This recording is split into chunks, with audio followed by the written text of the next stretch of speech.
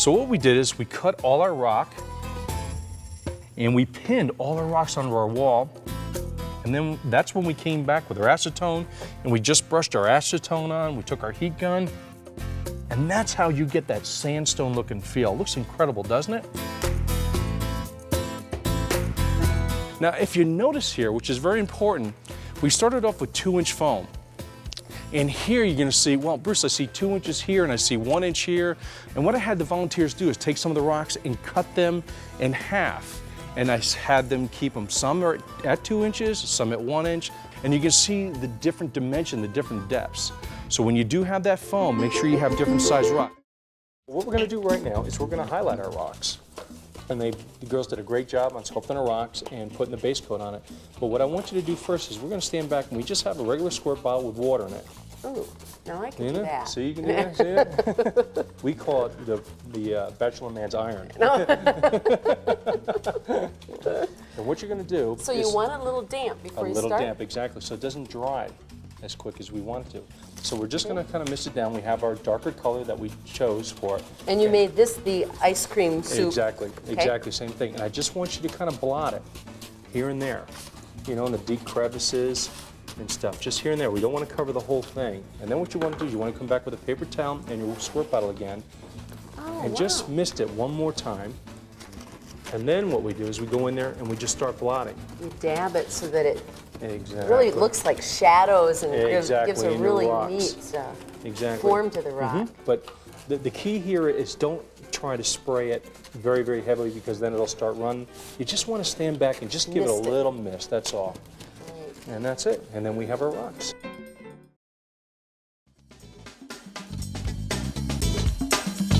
So what we're going to do is we're going to take our hot knife that we have here and the rocks that you guys have cut out. And what we're going to do is we're just going to go around it with the hot knife here. I want some wavy lines in there all the way around. Just have some fun with it. Once our rocks are cut, they're ready for painting. What we're going to do is you take your rock here, and we've got our great volunteers here, and you want to get a little bit of paint on the brush, but the bottom thing is you don't want to do this because the paint won't get into the crevice. That's the opposite of what I think That's you would do exactly with the it. paintbrush. What you want to do is just get a little paint, and I call it schmudging.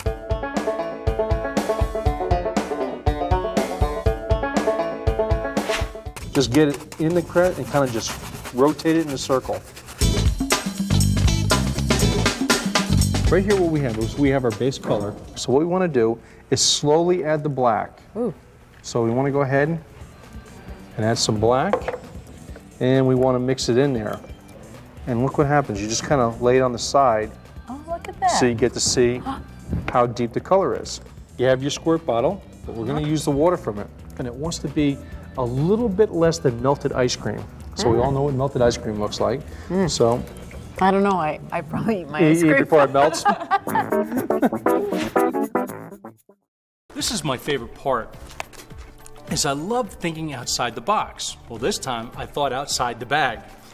To create rocks instead of using foam, is what we did is we just got brown paper bags, you fill it with newspaper, and again, take your pieces of newspaper, just crumple it up, and we used maybe 4 or 5 in each bag.